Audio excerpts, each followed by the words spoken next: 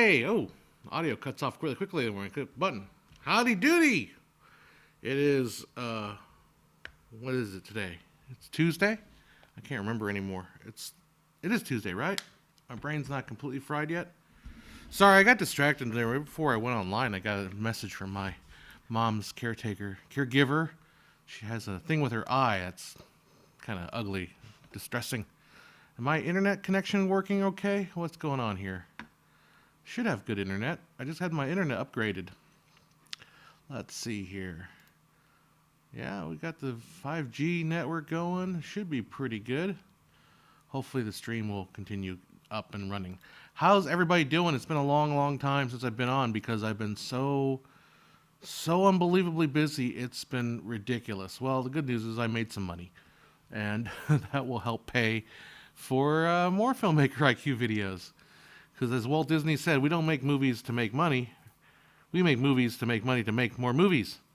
And that's what I really make money to do, is to make more videos. Hey, Rick, how you doing? Did I ever look at the critique folder I sent? Yeah, we'll do that one, I think, right? I think you're the one that sent the one. It starts off in a, the critique fodder. Was it the one that you're the one that had the, like an interrogation scene, but it was a comedy? I don't know if that was yours or not, because I got that one. It's on the queue. I'll probably do it next week or so, because this week I just wanted to get online and just do something, because I haven't done anything on the channel at all for like a long, long time. Am I coming through okay? I don't know. I can't tell. Nope, it was the corporate-y video. Send it again, because I don't know if I have it.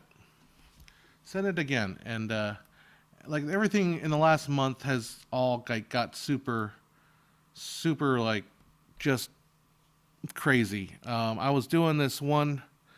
I do this annual event. It's called State of City, and it was a big old production that we tried to stream, but we didn't get permission through Facebook fast enough in order to stream, and it just, I mean, I think the people that were there liked it, but no one got to watch it online, which is, the way it is, but anyhow, so, yep, okay, yeah, send it over. So, I hate those videos where the guys, like, promise something in the title, and then they never ever deliver, so I'm going to go talk about the title. We have finished the 2 shows that I was kind of keeping tabs of while I was super busy. Let's start with the better one, House of Dragons. All right, so I finished House of Dragons on Sunday. I gotta admit, the last episode was a little underwhelming. This is not gonna spoiler. I'm not gonna spoil anything with the House of Dragons. The episode before the finale was, I thought, terrific. It's exciting. It was really, really good. The final episode, I mean, wrapped up some stuff, but it's more like a teaser for the next season. Like, they really, really teed up the next season. Now, what I really liked about the House of Dragons show is it really feels like a return to form of at least a show where drama sort of takes the precedence over message and ideology. It just felt like a good show. It just, there's plotting, there's motivations to talk about. It felt like, there was like a mature production, like actually worth watching. If you haven't seen Game of Thrones, is it worth watching? Yes, because I think although there are some calls to characters that are in Game of Thrones itself, it feels as if it's only an actual show of political intrigue. Rick H. only watched the first 7 episodes and then lost interest. Well, perhaps. I mean, I maybe I can understand that. For me, though, it kept me involved. I was all the way into it. Am I lagging, guys? I can't tell. My system is weird. Hey, Mindo, how's it going? It's been a while, definitely. I can actually pull up these chats. Let's see if we send them. Boom! Look at that. But just to me, it feels like, House of Dragons obviously is much more of a soap opera. like it quite literally is a soap opera. Oh, no, I'm fine, thanks. It quite literally is a soap opera show. And I was talking to my friend, and I was like, yeah, my parents watch Dallas. It'd be Dallas. It is a high end soap opera. That's all it is. I get that, and I'm cool with that. But I thought there was some really good acting, some good stakes. There was just some generally good feeling. Now, was it is it a must-watch show? I don't think so, but I think it's entertaining. I would give it like an 8 out of 10 maybe. Is it as intriguing? Perhaps not as much as like Game of Thrones in the first few seasons, but I think definitely for as far as entertainment value, I think it's worth watching. So that's my take on House of Dragons. Definitely, I would recommend. She-Hulk. Oh dear Lord. Okay, so I was naive, I guess, at the beginning of the show when I defended She-Hulk. New series. We'll get to that in a second. Well, I defended She-Hulk in the first few episodes because I thought, you know what? You have some grounds. You have, and I will spoil She-Hulk because it doesn't deserve to be not spoiled. In the first few episodes, I felt like here's a classic superhero trope where the superhero needs to learn some humility. They come off very arrogant, that they know everything, and they are complete control of their powers, aka Iron Man, aka even Spider-Man, I guess. Not Spider-Man, but Doctor Strange. They're very arrogant, right? They need to learn some humility, and I thought that was the trope that She-Hulk was going to do. She starts off the first episode with that famous speech that everybody on Twitter is all angry about. I control my anger infinitely more than you, Bruce Banner. I am a woman, and I am whistled and catcalled all the time, and I am the epitome of controlling my anger. And I thought, well, that's a great setup for a situation where she's going to have to learn to control her powers, that she's really not as in control as she is. Yep, that didn't go anywhere. That didn't happen at all. And then I see we have some spam bots in the chat. That's wonderful. But yeah, that didn't go as planned. Unfortunately, She-Hulk it got worse and worse and worse and worse. And I don't think I was able to talk. I don't think I talked about it on stream, but there was one episode where the what's her name, the Titania, which I know they picked because the first three letters are TIT. Titania was in the sues She-Hulk for trademark infringement. Now, if you know me, if you've been on my videos, you know that there it is. I'm going to just delete this spammer here. Bye-bye. You know that copyright and trademark are sort of a passion of mine. And when that happened on the show, I screamed to the TV, like, what the F are you talking about? And then the very next episode, She-Hulk's, it's an episode about fighting for the trademark protection of the name She-Hulk, and I was just banging my head on the wall, saying, "You idiots! This is not how any of this works. This is ridiculous. This is stupid. This is utterly, utterly stupid." And then I heard that the writers were absolutely terrible. They came out and said, "We don't know how to write legal drama or legal comedy. We don't know how to write a legal scene." And then I saw that episode and said, "Well, no shit. You guys are the worst writers about." I mean, the legal stuff was unfathomably bad, like just pathetically bad. Like, okay, so Titania in the storyline trademarks the name She-Hulk for her cosmetic line. Okay, whatever that means. All right,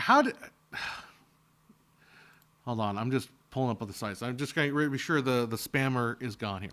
But yeah, Titania trademarks the name She-Hulk and then sues She-Hulk for using the name She-Hulk. It's like, no. Like, foundationally, it's the most stupid premise ever. You can't, Like, I can't just say like, oh, I'm going to trademark the name Anderson Cooper right now. I'm just going to go and trademark it, Anderson Cooper.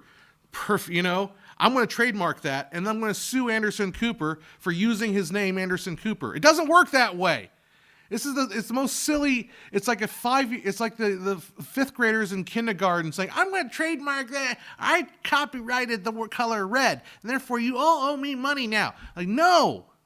Like, to the credit, the show probably, maybe they consulted a lawyer for a hot second, and the lawyer's like, no, this is, because when She-Hulk is like, I don't know what to do. So she goes to a competent lawyer, because She-Hulk in the entire show is just utterly incompetent. It's a terrible, terrible lawyer. Like, I'm watching like, I could lawyer better than She-Hulk. This is absolutely terrible. But anyhow, so she goes to the actual competent lawyer, who looks like Candace Owens. This is Candace Owens' character, and I'm pretty sure they didn't mean to do that, but yeah. And then she's like, okay, well, here's the legal tactic. The fact is, she's using She-Hulk name to capitalize on your stardom. Like, the name She-Hulk belongs to the character, and she never wanted that name. That was she was deemed She-Hulk by the public, which again doesn't matter. Doesn't matter if she doesn't like the name, or she just is known as She-Hulk. So Titania to start a fragrance company or cosmetic thing, call it She-Hulk, which has nothing to do with the product. It's obvious a case of trying to trail on somebody else's coattails. And I don't want to hear the lawyers, it's a possibility that no, it would absolutely be thrown out of court in a hot second, because this cosmetic beauty product has nothing to do with She-Hulk. In this universe, there is a Hulk, so obviously She-Hulk is a derivative of the Hulk. We waste a whole bloody episode on this bullshit. Anyhow, so I'm screaming at the TV the whole time. I'm like, the whole show just gets worse and worse and worse. And there's the same episode, I believe, that She-Hulk goes to a clothing designer, like that girl that designs outfits for the what do you call it, the superheroes in Incredibles. Except it's a dude, and he's like, and they end the episode with her trying out the outfit, and then they don't show you the outfit. I can't. I just can't with that show. It just got worse and worse and worse and worse. And obviously, I've gone down a rabbit hole seeing like a bunch of people talking about it. Let's make sure you guys are still online. I'm still online, right? I think so. Anyhow, it's bloody awful. It basically ends with She-Hulk saying, I want to make sure that all these bad guys take accountability for their actions, and yet in the show, not once does she actually take accountability for her actions. It is the finale with the fourth wall break. I don't know. I mean, again, I don't want to rehash everything, because it's obviously making my blood pressure higher as I even recall and recount this show. The finale where they did a famous fourth wall break felt completely undeserved. It's just, I don't know. So part of my thing is also I think it's absolutely the worst show. I think it's a mark that the MCU is in serious trouble, that I don't think they will have much of a future as far as like actual the television product side. Seems like it's like, well, we give up. The character itself, She-Hulk, she'll probably appear into something else, but this show will necessarily need to be largely forgotten. It's just the worst thing I've ever seen on. And I watched it with like kind of anticipation, because I wanted to see would they ever redeem themselves, but I also wanted to see how it just flatline bottomed. I really, really hated the show. I mean, I really, really think it was like, I hate using the word objectively bad, because I don't believe that's I think it's an oxymoron saying it's objectively bad. I would say it's objectively bad, which leads me to my pastime, which is going through the internet and trying to find people that liked the show, because I'm curious as to see why people would like this.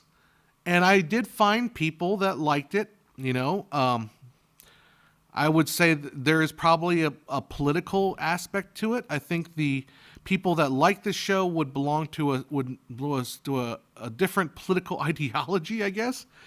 One where maybe more aligns closely to, I believe, what the ideology of the show is.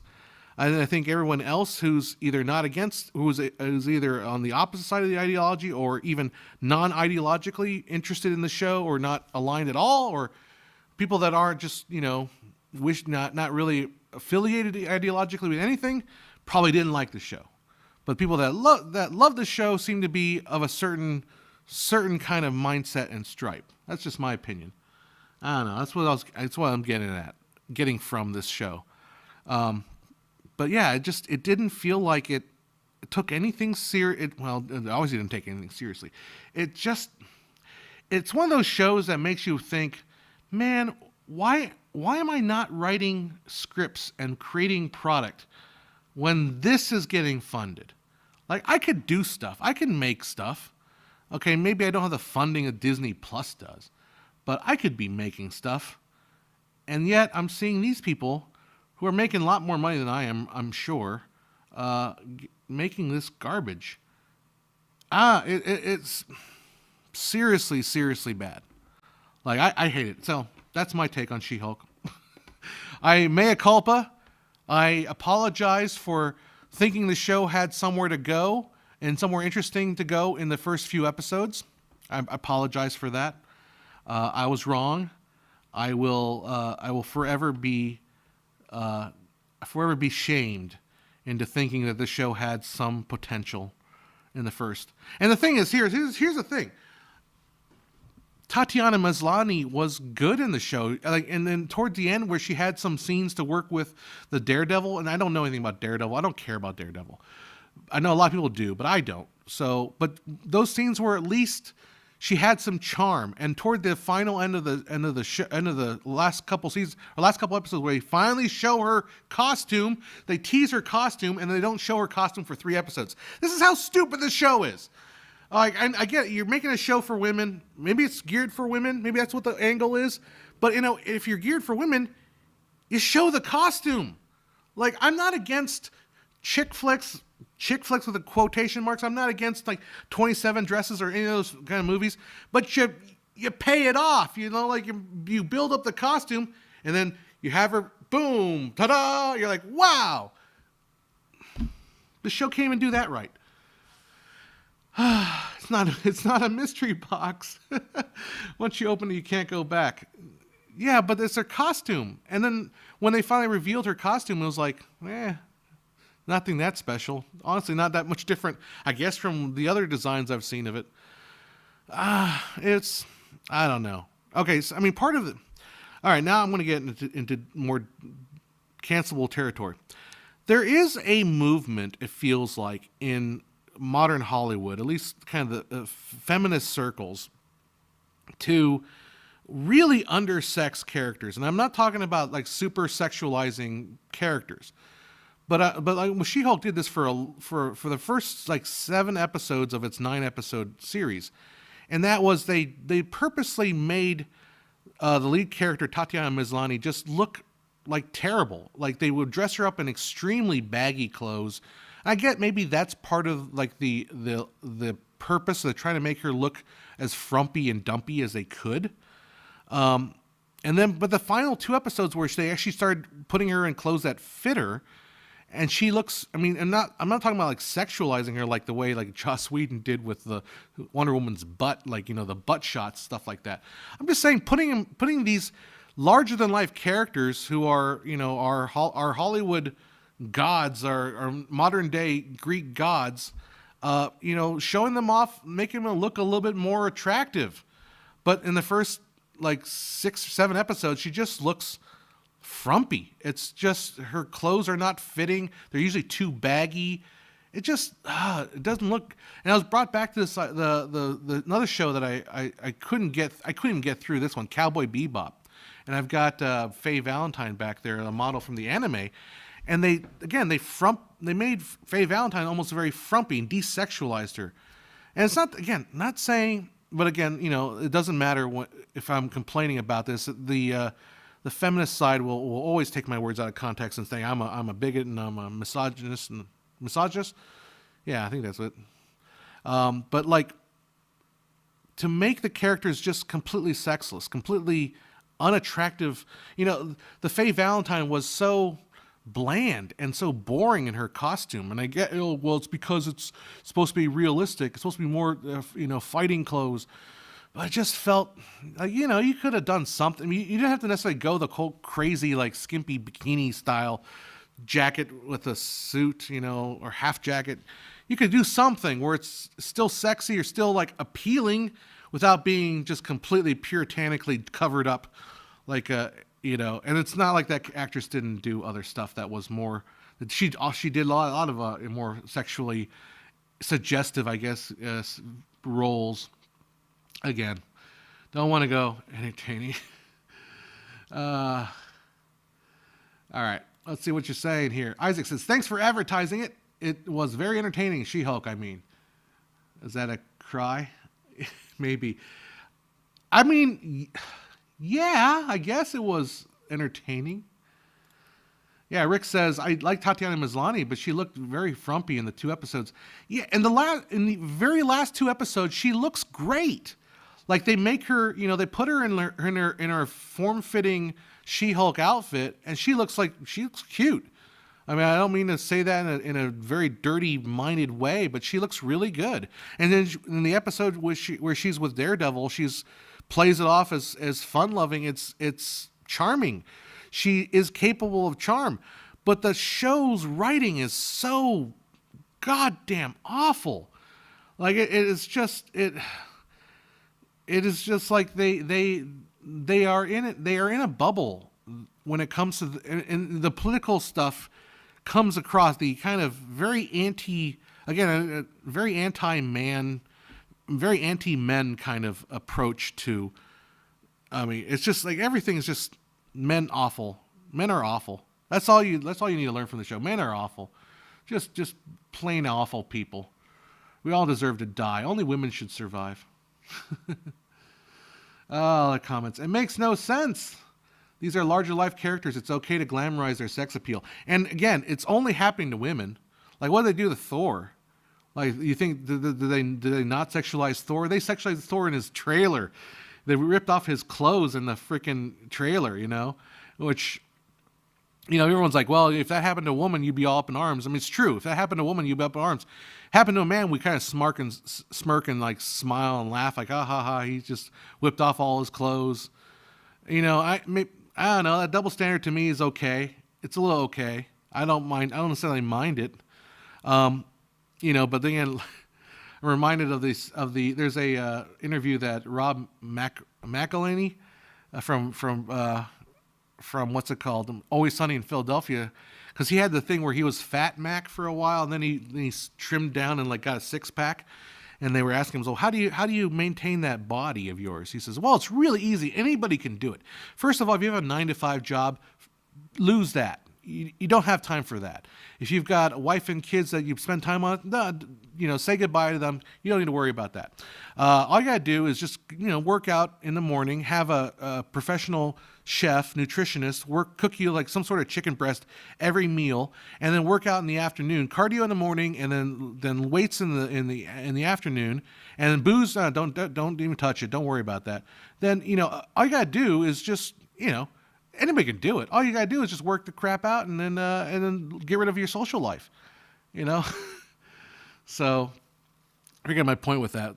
Just that those kind of bodies, the male physiques of all the superheroes and all that stuff, the kind of Adonises of massive bodies, big chests, and flat 6-pack abs. That kind of stuff is highly unattainable for your average Joe.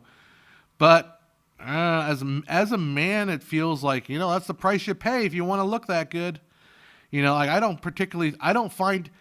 look at that. I don't think I'm ever going to achieve that. And I'm okay with that.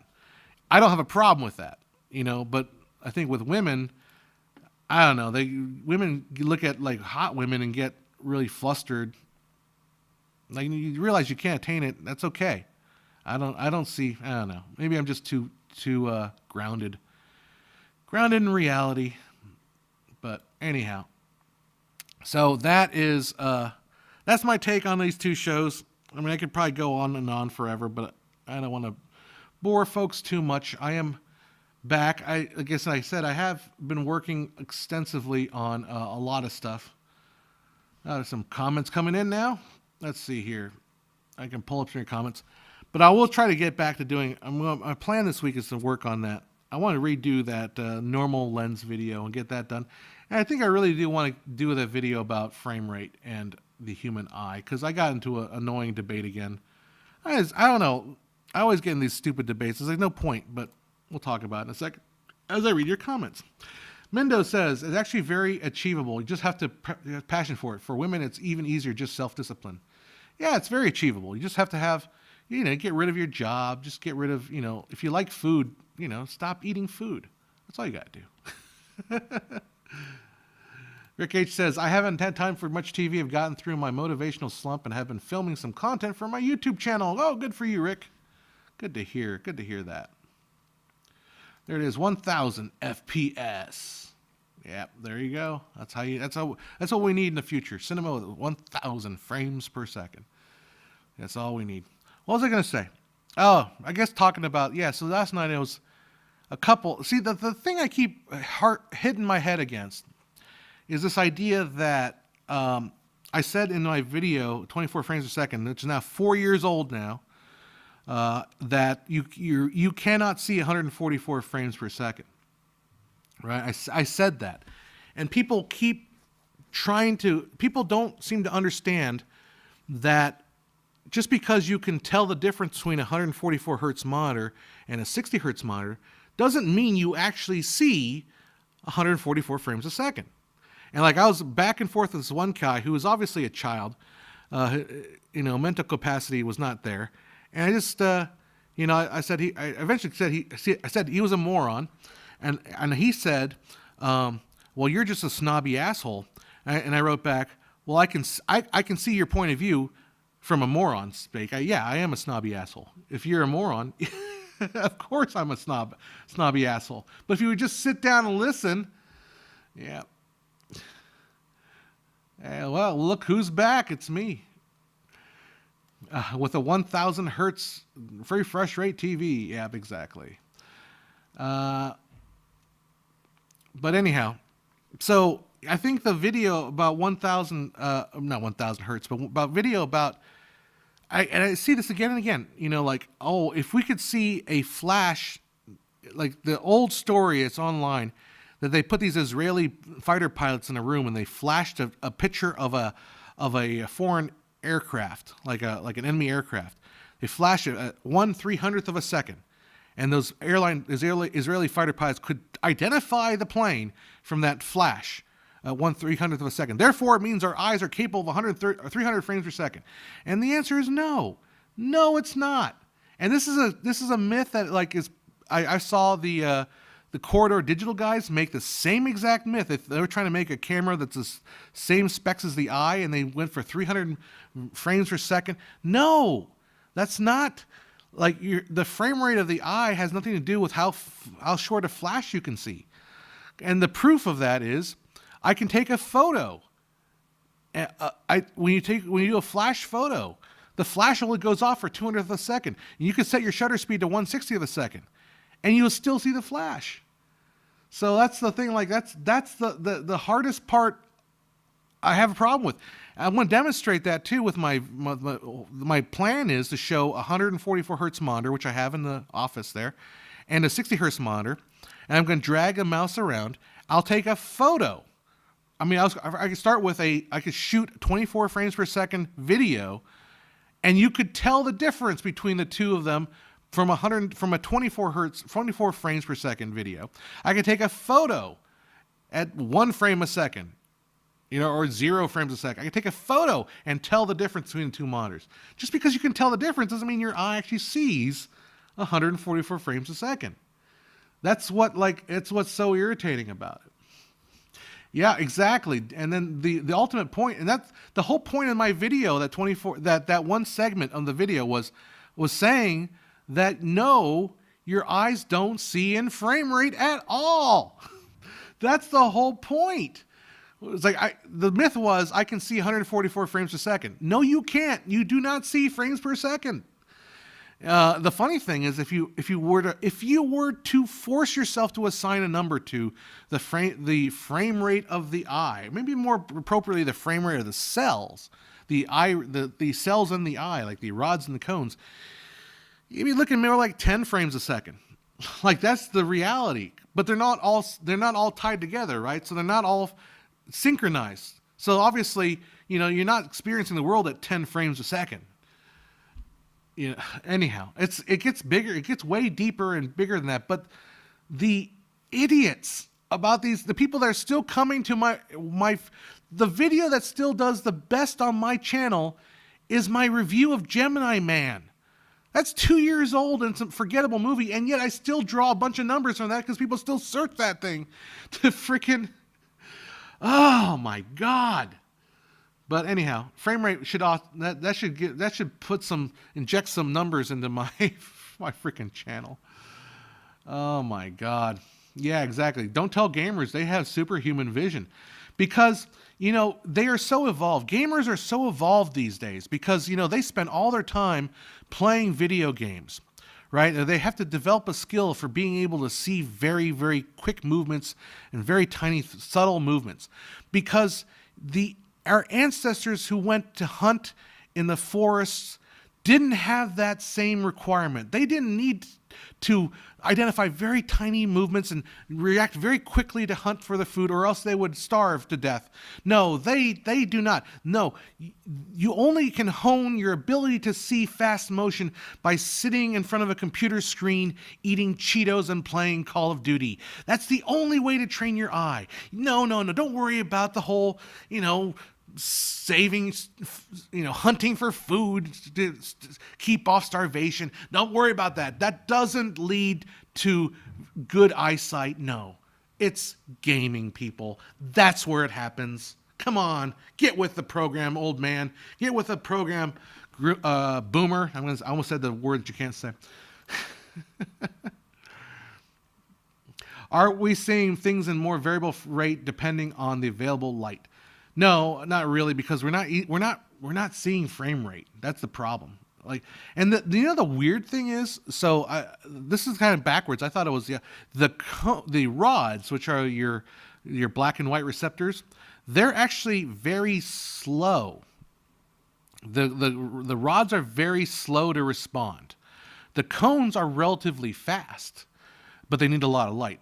But the rods, they're very slow, but they can do with almost no light. I don't quote me, but it's like one photon. A rod can detect a single photon. It's super, super sensitive. Now, is it going to be noticeable what a single photon looks like? Not really. Anyhow,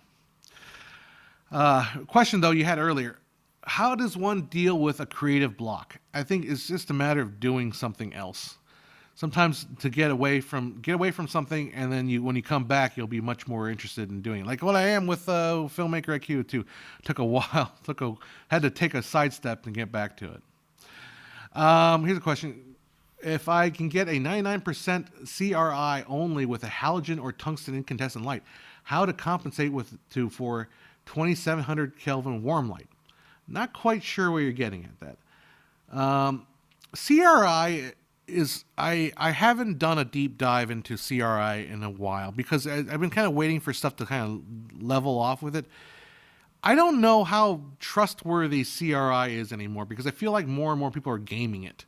I don't know. I haven't delved deeply into it because, well, CRI basically is they take a bunch of color swatches and they say, okay, they know the values of the colors, and then they shine the light on it, and then they can measure the values of those colors based on, and compare it to the known values, right? Now, the thing is, you can make your light so that it passes just that test.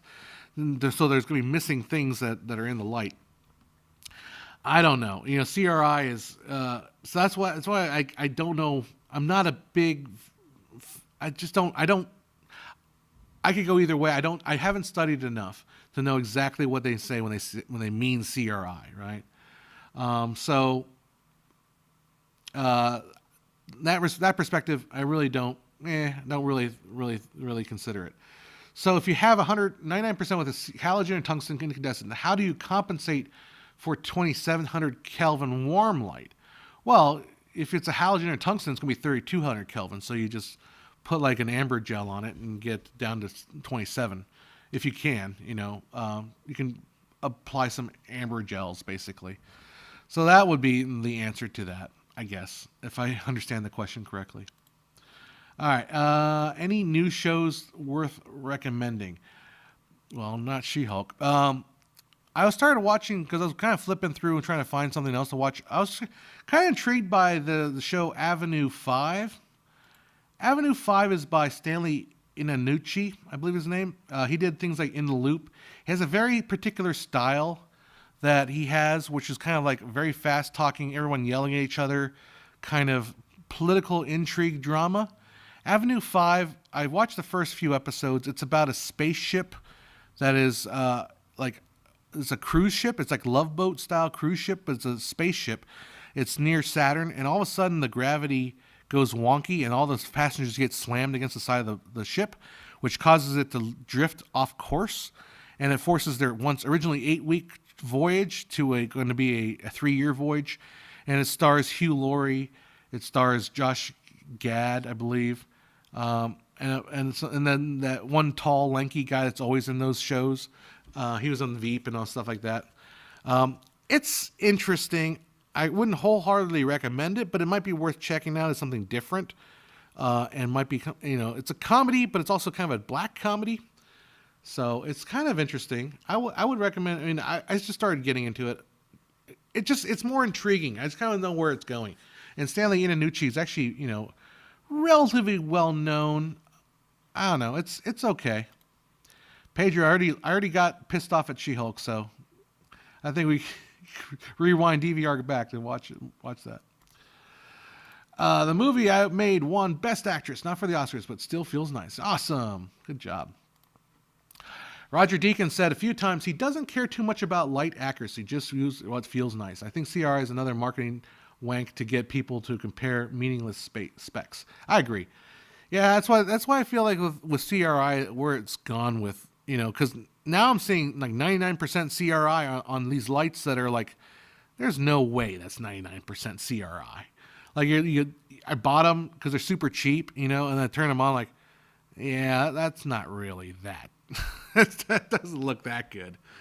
Like, I have these really cheapy panels that I bought from Amazon, and I liked them at first, but then I realized like they do not. Only the 3200 Kelvin actually puts out light. The 5600 Kelvin's a bicolor one. 5600 Kelvin barely puts out any light at all. So I was like really disappointed in those lights. But well, you got what you pay for. Hey, fella, love your content. Have you ever seen the new Hellraiser? No, I have not seen the new Hellraiser remake. What are your thoughts if you have? No, I haven't watched a lot of horror movies this year. I know it's October. What is it today? The 25th. I don't know. One thing I forgot to mention was since July, I've been in a musical every single weekend since July. Like I've been playing trumpet every weekend, and for many of those weekends also during the week as well. So I've been performing shows, like insane amount of shows. So I haven't been to the movies at all. I mean, maybe I'll watch a TV show here and there, but I never missed my She-Hulk, so just to trigger me. Andor, I didn't watch either. I didn't watch Rings of Power either because I honestly just have no interest in Lord of the Rings. Like, and I heard all the the controversy over it. It's like I'm not even gonna follow. I'm not gonna bother. Because I mean, She-Hulk was nice because they're 20 minutes of hate. I can just hate watch that. But Rings of Power, I just don't have the energy to get into it. Pedro says, I just want to know if it's okay to hate that end. To make it clear, until now, I only like Falcon and Winter Soldier, not much the ending. I hated the show after season 3 or so. It just got worse and worse and worse. Oh, thanks, Rick, for the super chat and the gallon of gas. Here it's about $5.49 a gallon. Yep. Oh yeah, California. You know, it's also one of those crazy things like fast food. Maybe it's a good thing, but fast food has gotten so expensive now that you're like, I might as well just make stuff at home, because the price of fast food is just like, you're spending at least $12, $13 for a meal nowadays in California for like a burger, fries, and a drink. The only place that isn't that high is maybe, well, In-N-Out here is like $8, $9 for that. It's like it's got like for $13, $14, I can just go and buy some ground meat and make my own damn burger, and it'd probably be better for me. Anyhow, Bullet Silent says, I've had a bad shooting experience once using cheap LED panels. I had to shoot a piece to camera with a boxing ring lit behind. It was either extremely purple or extremely green. Ugh, yikes. Yeah, I hear that. Have you interested in anime? Death Note? I just got started into anime. I obviously watched Cowboy Bebop, and I loved that. And I watched Attack on Titan. I watched the first 3 seasons available on Netflix. I guess I gotta go find like on Crunchyroll or something to find the rest of the seasons. But yeah, that's my only experience with anime. Yeah, come to Europe, you'll pay double that for fuel. Yeah, I know. But you guys have public transportation. We don't. So, In-N-Out is still best burger chain in California. I think as a chain, yeah, probably. I mean, I've grown to like them a lot more now. We heart Saudi oil money. Well, I don't think they're not pumping them fast enough. Yeah, in Memphis, the fast food is probably twice what it was too. Yeah, it feels like it's been that way in California too. And it's good old inflation. Just, it's like, that's the other thing too. It's like, I probably need to raise my prices when I charge people, because everything's gone up in price. I gotta like keep up. I can't. I do some jobs for called Student of the Month programs. Like I'm doing for $400 a pop, which is not much, but it's like, it's like a thank you for shooting my Student of the Month program. I think it needs to go up to a little bit, because that's getting a little too low. And I do them multi-camera live switching, and then I edit them later. I hand it off. IKEA has 90 CRI lamps that are cheap. Don't think you need to go more than 90. Well, it depends on what you're trying to do with them. If you're trying to shoot like a really high color subject matter, you might get better results with like a 95 plus. But then again, like I said, CRI has been gamed so much, I don't know if I trust it anymore. That one video, Make Art Now, proves that CRI can be important. I think it was DJI gimbal camera review. Oh, cool, interesting. Yeah, the thing is, I just don't know. I don't know if it means anything, or because again, I said it's a matter of like taking chips and comparing them to under the light. So if you design your light in a certain way so that it makes those particular test chips sing proper colors, then you get a high CRI number, but that doesn't mean the other colors that are not on the test chips are the proper color. Yeah, and you can always fix it in post. I mean, you kind of. But I mean, I think also the bigger detail is like, there's a lot you can fix in post, but sometimes you got to start with something interesting to begin with. Okay, I'll tell you a story. Fatburger is the best in Southern California. I haven't been to Fatburger in a long, long time. Smash Burger, yeah, maybe. So, all right, we're deep enough into it. I don't think my clients are watching. Okay, so I did the State of the City thing, and the whole thing was like, oh, we want to be Hollywood. We want to make the city Hollywood. And I'm a filmmaker, and I know, and like, oh, I'm going to submit this for an Oscar. I'm like, no, you're not, because this is not an Oscar potential thing. But anyhow, like, the whole thing was to shoot like a recreation of Singing in the Rain on the main street of the city that I work for. Okay, so he wanted, but he wanted to do the whole thing. He wanted to like rent a rain machine, which I kind of like. No, you don't want to rent a rain machine, dude. You don't want to be actually doing this in the rain because being wet in a film shoot is not fun. Like being wet is the most like awful experience. If you are making a film and your actor's supposed to be wet, it's dreadful because you're just sitting in soaked clothes the whole freaking time, and then you might get cold, you might get sick, and actually there's like union rules about that. So anyhow, we end up shooting this thing, and it's and just as I know, because the guy's not an actor, and they're not really going to really make this a proper Hollywood production. You have to cut a lot of corners, and you just kind of go with the flow, and you just like, you know what, we're just going to do what we can and just shoot it guerrilla style. I mean, luckily we were shooting guerrilla style, but we had the chief of police with us, so we weren't going to get in trouble. And we had the mayor. So if they stopped us and say, where's your permit? Say, hey, it's the mayor. You're not going to get in trouble for shooting on the streets. So you do what you can, man. You do what you can.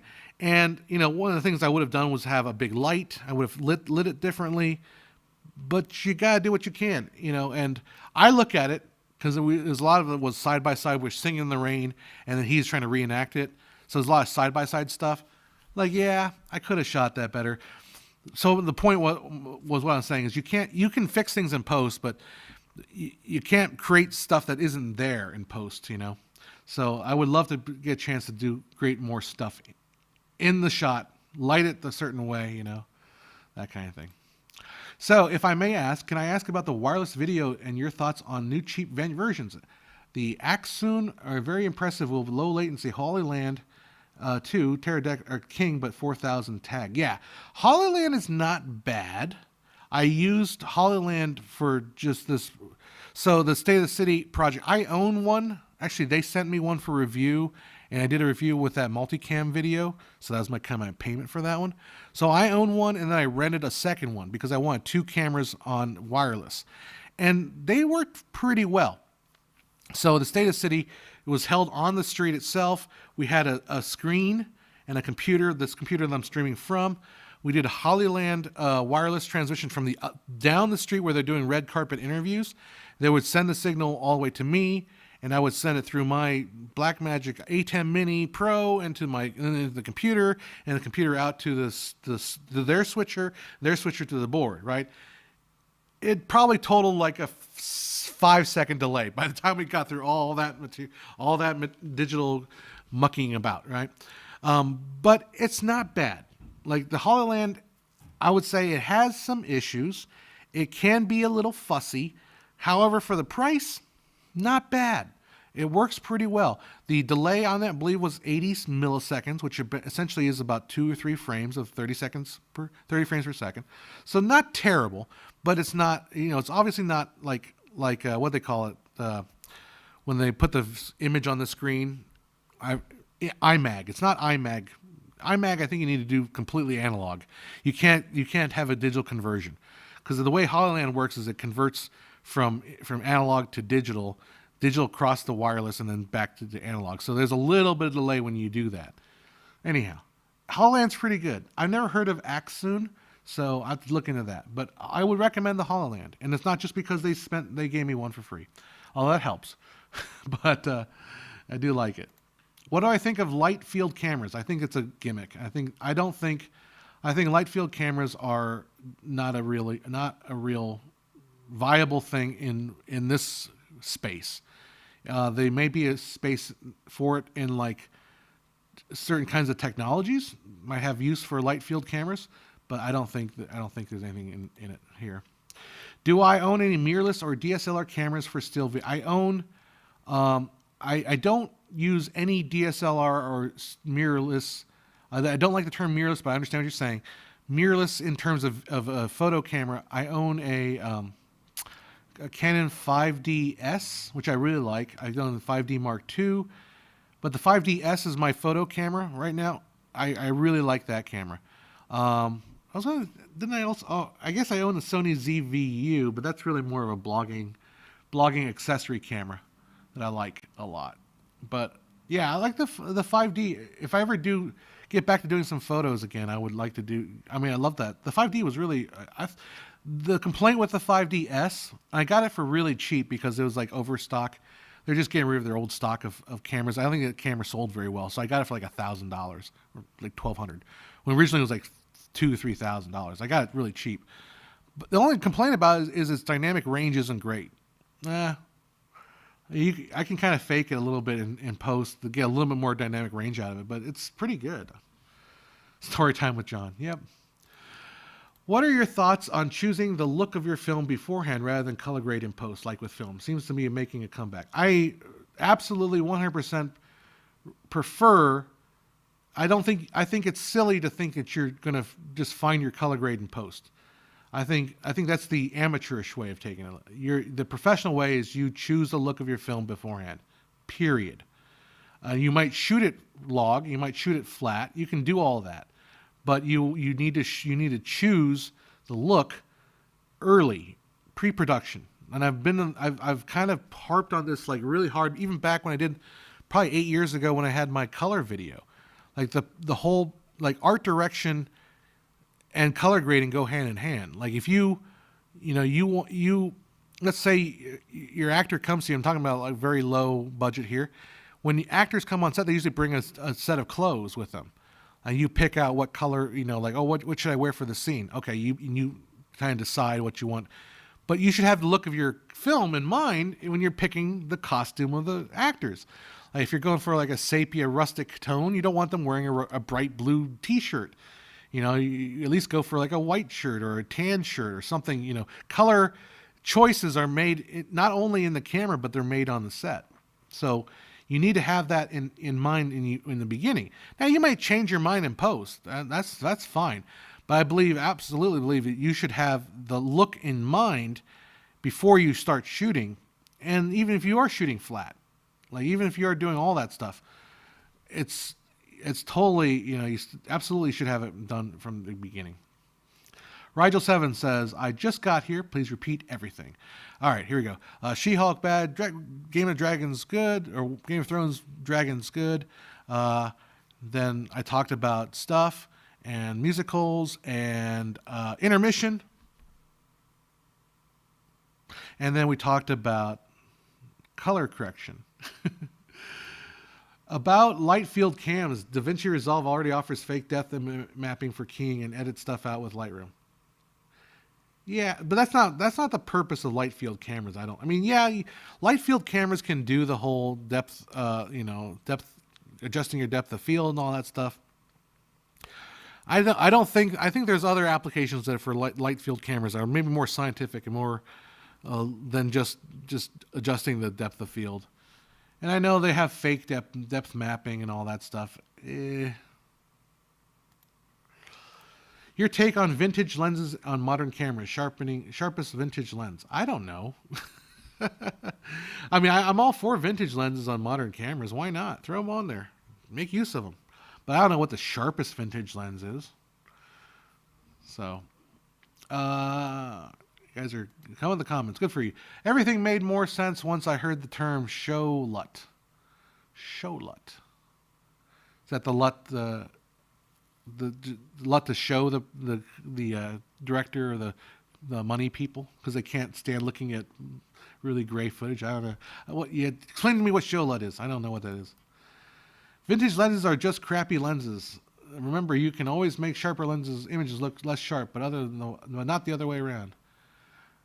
Yeah, I don't know. Like, define vintage though. Like, there's obviously some vintage lenses that are. Well, there's vintage lenses which are like bargain basement, old timey still photo lenses. But then there's vintage lenses that are like the best vintage lens from like 1927 Voigtlander, ultimate lens that was used to shoot Metropolis, that kind of vintage lenses. I started back on. So you guys are too young to know that. Some of you are too young. Some of you might remember back in the 35mm adapter days, we had this box that you would stick your camera, which is like a video camera. It would be pointed inside this box that has a spinning ground glass on it, and then on the front of it, you would attach an old 35 millimeter lens, like a Nikon lens. And the lens would project the image onto the ground glass, which is a spinning piece of glass. And then your camera would take a picture of that glass. And that's how we achieved the 35 millimeter film look, right? And so I have a whole collection of old Nikon lenses, which I used to use a lot. But now I've kind of moved on to other stuff. But yeah, there's limitations on that stuff, you know. To jump on the comment above, I worked in a rental house. I work in a rental house and I have a lot of 70s, 80s glass. Zeiss Super Speeds 8-speed, B-speed roundhouse Canon FD for PL mount. Cool. That's what I mean. Like, vintage lenses don't necessarily have to be bad. You want to hear more about the spinning ground glass thing? So basically, the theory was that if you were just to project the image onto a piece of ground glass, and if you don't know what ground glass is, basically glass that has a rough surface, so that when you project light onto it, it creates an image on the glass, right? That's what ground glass is. But if you didn't spin it, then whatever pattern, whatever roughness was on the surface of that ground glass would be static. Okay, so then your image would basically be like looking through like not necessarily fuzzy, but like some sort of speckled, dusty image, right? It'd have all these little spots on little noise. That's what the word. It'd have static noise. It wouldn't be moving. So the idea with spinning the ground glass was that you could basically reduce the look of the noise. It would have and people would say it has a more of a film look because the specks on the glass would always be moving, so it wasn't static. It wasn't a static pattern. That's the theory, and yeah, it kind of worked. Look, people, I made a short film with that setup. Like, I did the whole short film. I put it on a crane, for God's sakes. I had an actor sitting on a couch, and I craned down onto his face with that thing, that heavy, heavy thing. And the whole thing was like this. By the time I had it set up, it was like this long. Like really, really long setup. So anyhow. Vintage lenses are cheap. Can't beat that. Depends on the vintage lens. Man, if you go shopping for a vintage lens for a 4x5 camera, and they aren't so cheap, man. They get pretty costly. There you go. Show LUT is a LUT created to define the look of a product. Oh, perfect. Thank you. That's great addition. Now I know what a show LUT is. I can just show that to my class. By the way, my class is now at the 10th or 11th week. So I've been teaching a community college class. Now we're on week 10. And I think this week I'm going to talk about, we meet on Thursdays and Fridays. So I'm going to talk about green screen this week. And their projects are due. I have them do an interview project. So they go out and interview somebody. Then they're supposed to shoot some B-roll and then put it all together. It's supposed to be 1 to 3 minutes long. And I think they're going to realize they need to shoot a lot more B-roll. That's okay. That's okay. This is project 2 of 3. Project 2 is when I get them out there to shoot stuff. And I don't mind if they make mistakes. I prefer if they make mistakes because this is the time to make mistakes. Because Project 3 is the big project. Project 3 is everything. It's a mini documentary. But Project 2, I think they're going to realize, got to have more B-roll. More B-roll. Pedro watched the She-Hulk part, agreed. The legal part made me expect some jabs at the fact that Universal owns Hulk, and this is why Marvel don't use him more. There's even a larger story. Yeah, that's what you're referring to. That Universal had Hulk in the TV show version. For those who don't know, so that's the reason why they made She-Hulk, was to protect the Hulk. The Marvel wanted to protect their interest in the Hulk property, so they had to create. Because if Universal had the rights to Hulk, they could have made a She-Hulk, because they made the female version of the $6 Million Man. So they were kind of spinning it off. So that's why they made She-Hulk as a comic book. Anyhow, Bullet says ground glass is used in directors' viewfinders. They have different variants for the look they want. There's a special tool to drop each piece in. Interesting. Jumping around different comments here. Also, it seemed to me that if we were to criticize Marvel to do the same thing over and over again on the films, the same level as the guys who would criticize She-Hulk on the series in the real world, do the same thing over and over on the films, we are we are on the same level as the guys who criticize She-Hulk in the series in the real world. Not quite sure I follow that one, but thing is though, like, I don't particularly have a problem with Marvel doing the same thing over and over again, as long as it's done well. I think that's the key. But that's the thing, you know. It's like the whole thing is like everybody. There are no new stories, you know. Like everything's a remake. Everything's the same story told over again. It's just how you tell it. You know, I think the real problem is that Disney and Marvel. Well, I mean, this is we're seeing it happen in real time. Disney bought all these franchises to basically pump up their streaming service to create content for them, without actually creating content. You know, it's content without content. You know, like now there's a Mufasa show, animated, you know, CGI. Who the F wanted a Mufasa prequel from Lion King? Who was saying, like, you know what? Gosh, I really wish I knew the backstory of Mufasa. Give me a break. You know, like, people were saying, I said this many times before, I'm saying it again, Disney is in dangerous territory. They became super powerful, and now look at the stuff that they're putting out, and it's getting worse and worse and worse. Like, oh, we didn't talk about Pinocchio. I didn't stream about Pinocchio. Holy crap. That was the worst thing like, Pinocchio. Oh my God. Pinocchio.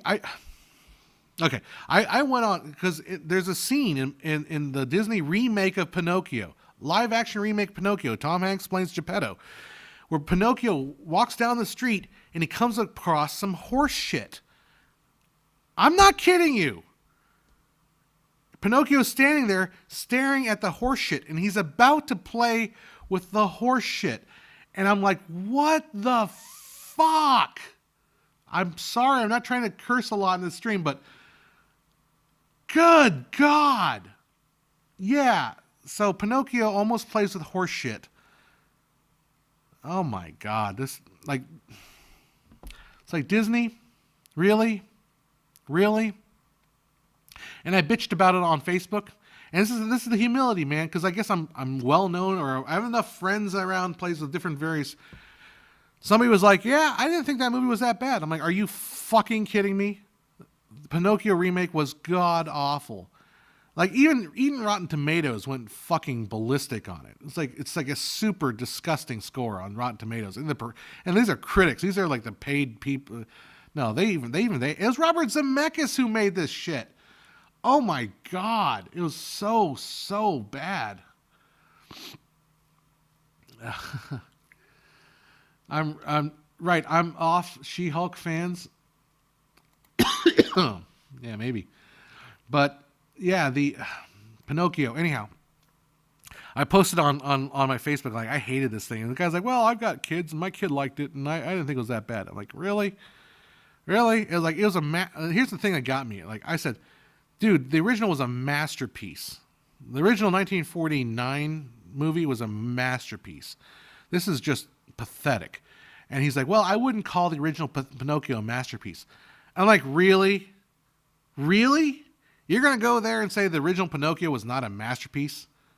Really? I mean, come on. Like, here's the thing. I can recognize when something's a masterpiece and not particularly like it. Like, I can recognize The Godfather as an absolute masterpiece. It's not my favorite movie in the world, but I recognize it as an absolute gold standard masterpiece, bona fide masterpiece, The Godfather. Not my favorite movie. I've only watched it like 12 times. I get it. It's great. Not my thing, but I get it. I understand it. Pinocchio is a goddamn masterpiece. I'm sorry if you don't. Oh, I don't really think it's a masterpiece. Are you kidding me? Literally, the title song from Pinocchio is basically the company logo. That's how much of a freaking masterpiece it is. Anyhow, Pinocchio for the win, as Mendoza says. Pinocchio for the win.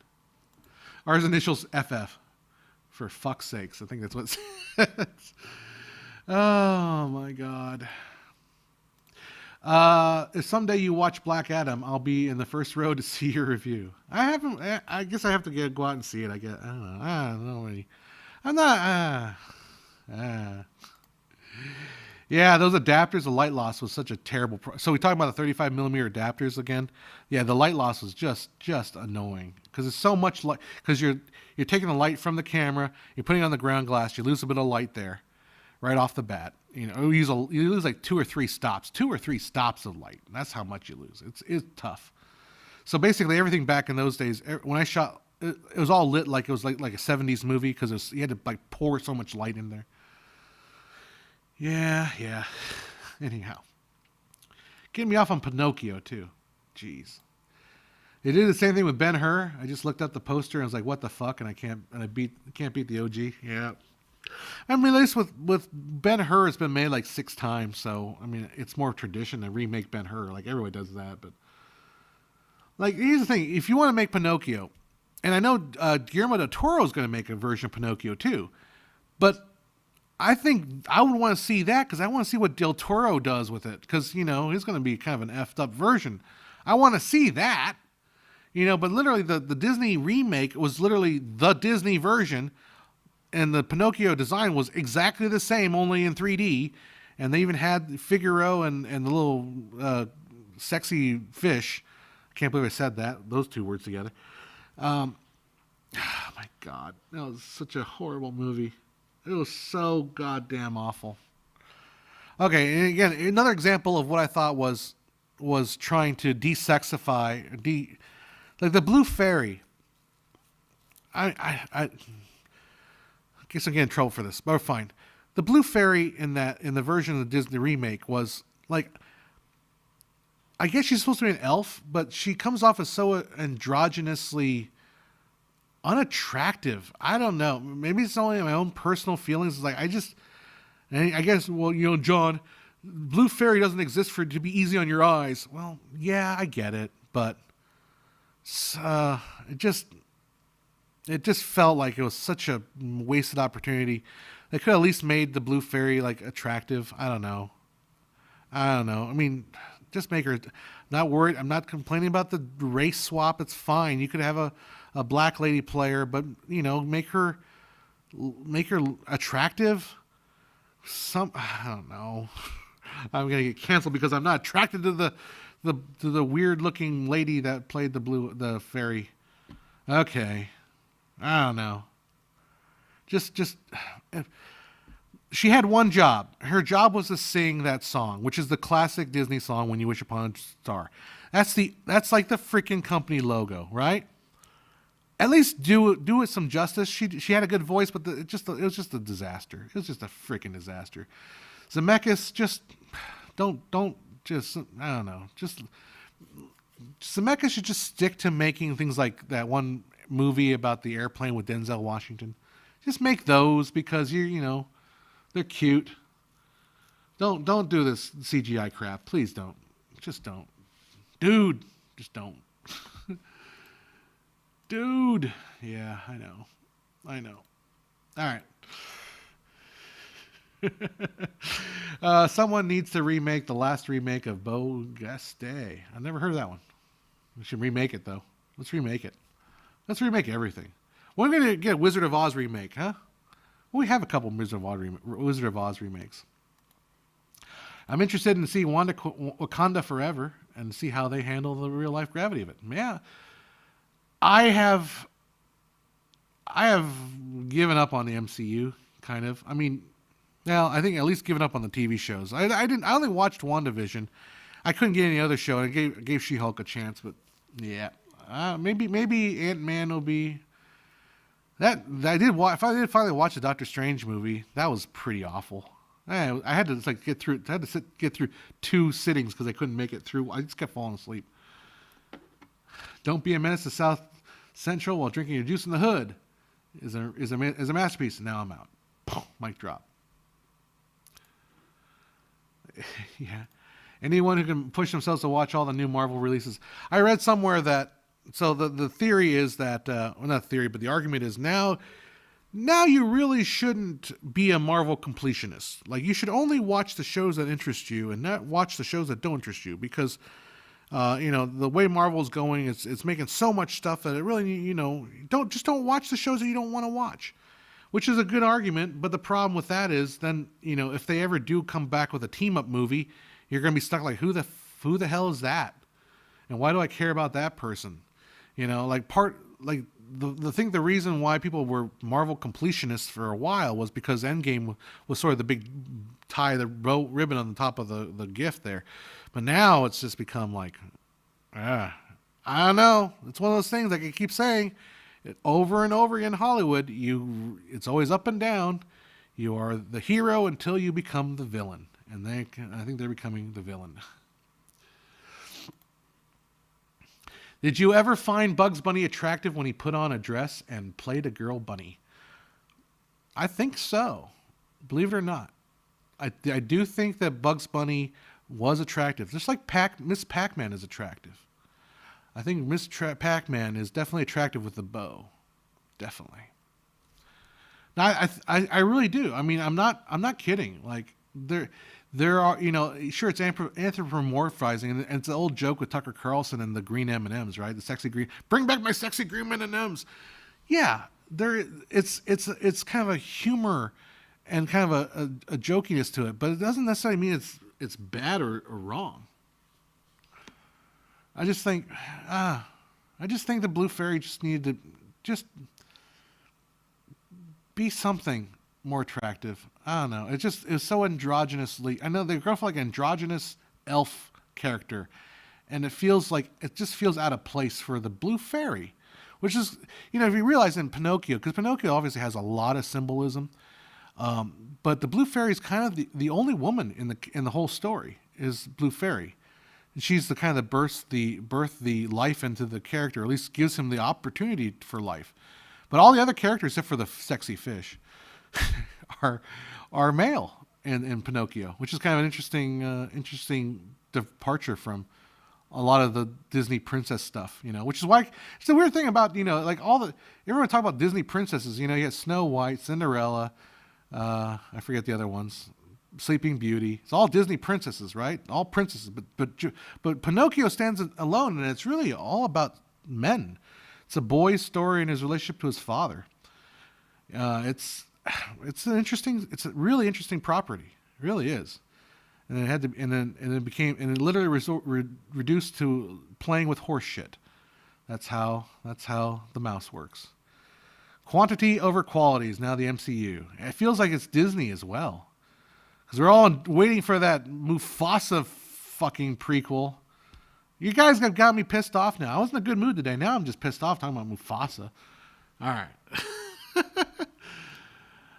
Daniel says he has a controversial opinion. We're going to get canceled here. I consider Black Panther to be the most expensive, elaborate blaxploitation ever made. Yeah, that's not necessarily I can see that argument. I can definitely see it. So I don't think you're that controversial. It does feel, if you go by the classic definition of blaxploitation, you're not far off. Disney just seems to only care about quantity versus putting out quality people that want to watch. It does feel that way, right? Because remember, Disney bought Fox to add content to its catalog, which is bizarre because I don't think I can go on Disney Plus and see a lot of Fox movies because they're all hidden somewhere. I forget. I think you have to subscribe to the adults only Disney Plus, which has the Fox catalog. I think in Europe they have that, but in America we don't have it or something. I don't know. I can't keep track of this. Just show me some stuff. Mess Lab Manufacturing. It's always good to see you. Oh, I'm stretching my arms. It's like people only do things because they're paid, and that's just really sad. Yep. Watching older Disney movies is like driving in a nice old Cadillac. Watching current Disney movies is like a driverless car with no soul or richness to it. So the last musical I did was Hunchback of Notre Dame. So as I do with musicals, is I tend to go down a rabbit hole and try to look at the background and history and dissect the musicals. And I was going through and I was watching the original.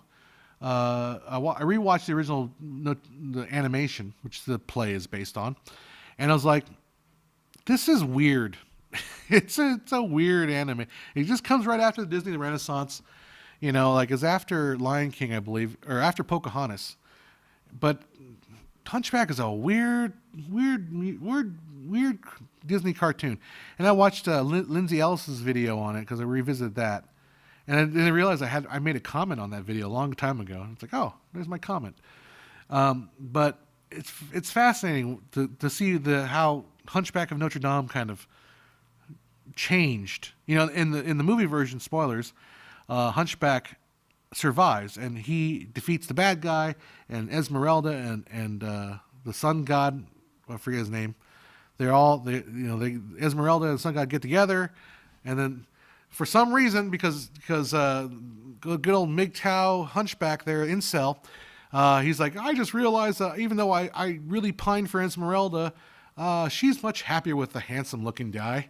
So good for him. Oh, and then they're very smiling at the very end, and then immediately on Disney Plus, the ad for Hunchback of Notre Dame 2. Play next. It's like, nope, I'm out of here. But in the play, he dies. Esmeralda dies. Hunchback dies. And I believe the book, they all die. Even the sun god guy king dies. They're all dead. So, yeah.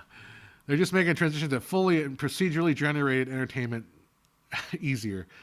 It's like, welcome to Disney Plus, the best in procedurally generated entertainment. So, have you seen procedurally generated entertainment season 1? Oh yeah, it was great. Which version did you get? I don't know. I got my version. The protagonist dies. Oh yeah, that's all. It's all procedurally generated entertainment. Nate Films says, good to see you, John. Oh, good to see you, Nate. Yeah, I was trying to get I got into a little bit of Mid-Journey and playing around with their AI image creation. I'll be completely honest, I'm not that impressed. I mean, it's okay for doing certain things. I see some of the art that it produces that other people are able to coax out of the thing. Yeah, I don't know. I gotta get my keywords in. I guess I'm gonna get my keyword game better. I don't know. It's impressive it feels impressive to someone who doesn't understand anything about art. Like, okay, but it also feels entirely generic. So I think with the AI art stuff, it's going to replace stock photography or stock art in a sense. Like if you can just make stock art from AI and let it do that, stuff that's like disposable and throwaway art, maybe stuff to fill in like the corners of an advertising, or not an advertising, but like a magazine article. Maybe that's what it's for. Maybe in that sense, the stock world is stock art, clip art kind of thing is going to be taken over by AI. But I don't think for like real art or like stuff that that if I want to do like a comic book on a certain thing, I don't see it working out for it unless you get a lot more options to work with. Tony, I would love to spout off on what I think about Midjourney. Go ahead and spout off about it. Let it loose. Let your freak flag fly. I think it's more intelligent of an AI than is being portrayed. I think it's easy, more intelligent. I mean, it's like it's creepy or it's learning stuff about us or something like that. Maybe. Uh-oh. What major accident you witnessed during filming or on a set? Ooh. Okay. You want to get dark? You're saying, Tony, hold on, I'll come back to you. Tony's saying it's way more intelligent than AI than being portrayed. Yeah, perhaps. I mean, not perhaps. I think you're probably right. I just don't think. I don't think I don't think its purpose is good. It's useful for helping artists create art. I just don't think its end result of art is. I'm not that impressed with it. All right. Stable diffusion AI is a good tool where it's used as a tool. For example, prompt generated textures and add-ons for Blender. Oh yeah, that's a good point. All right, Ray wants something dark. All right, fine. So I was shooting a ribbon cutting for the city, and it was a veterans advocacy group, and did the ribbon cutting, and we were all kind of hanging out and chilling. And across the street, some guy just basically collapsed, like literally just collapsed. Like probably an older guy. It was kind of hot out. It wasn't that hot, but it was hot enough. He collapsed, and then like people in the ribbon cutting, including like one of the supervisors or county supervisors, there's some upper people, right? I guess he was a firefighter, so he rushed out there, and I just like hung out back. I'm like, I'm not gonna get, I'm gonna let everyone else handle it. People rushing out to the guy, and like he was just on the ground, right? And so they're trying to give him CPR and everything. Then literally the fire station was like down the street, so it just showed up with the paramedics. They did what they could. They shocked him and then got the body bag out, and the body bag, and then just bagged him up and took him away. Like he literally just collapsed and died. And I just, I didn't witness him collapse, but I saw like immediately what happened. Like that was dark. So that was my dark story. So I hope you enjoyed that, Ray.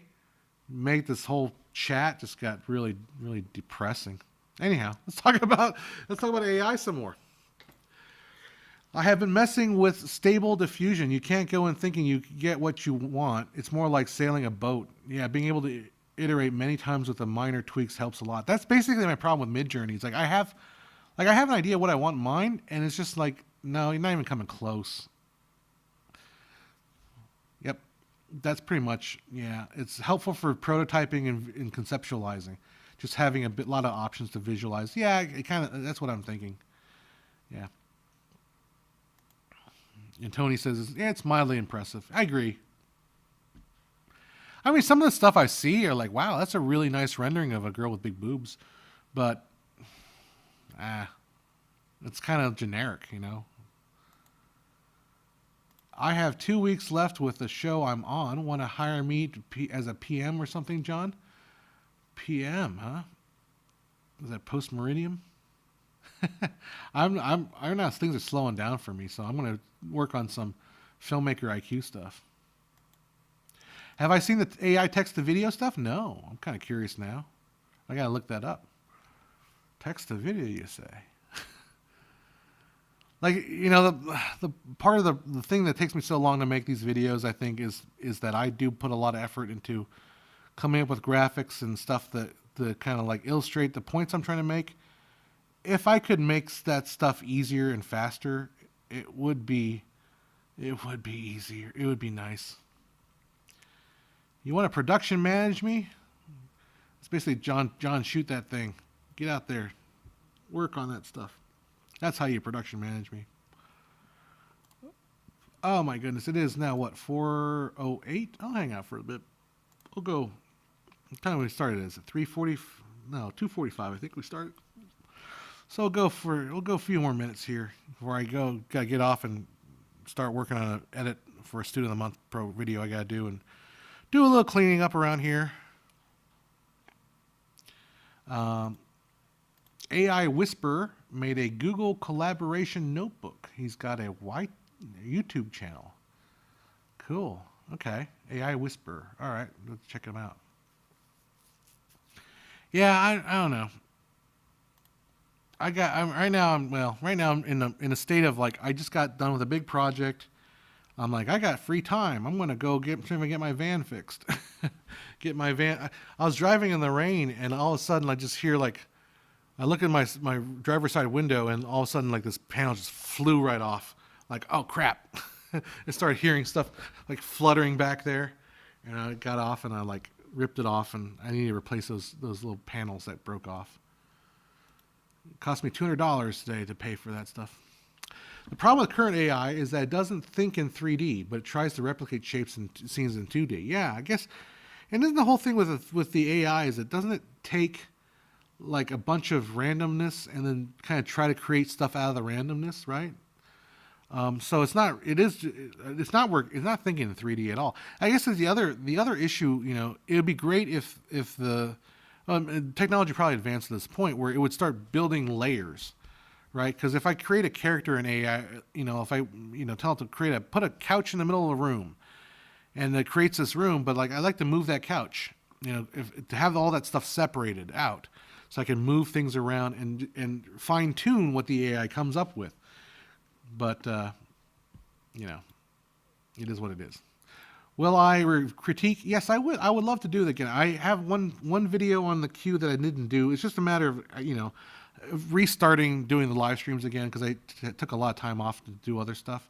But I would definitely love to do more user submitted videos. Yeah, so submit them to go filmmakeriq.com, hit the contact us button, and send me an email, and we'll get you guys stuff reviewed, your materials.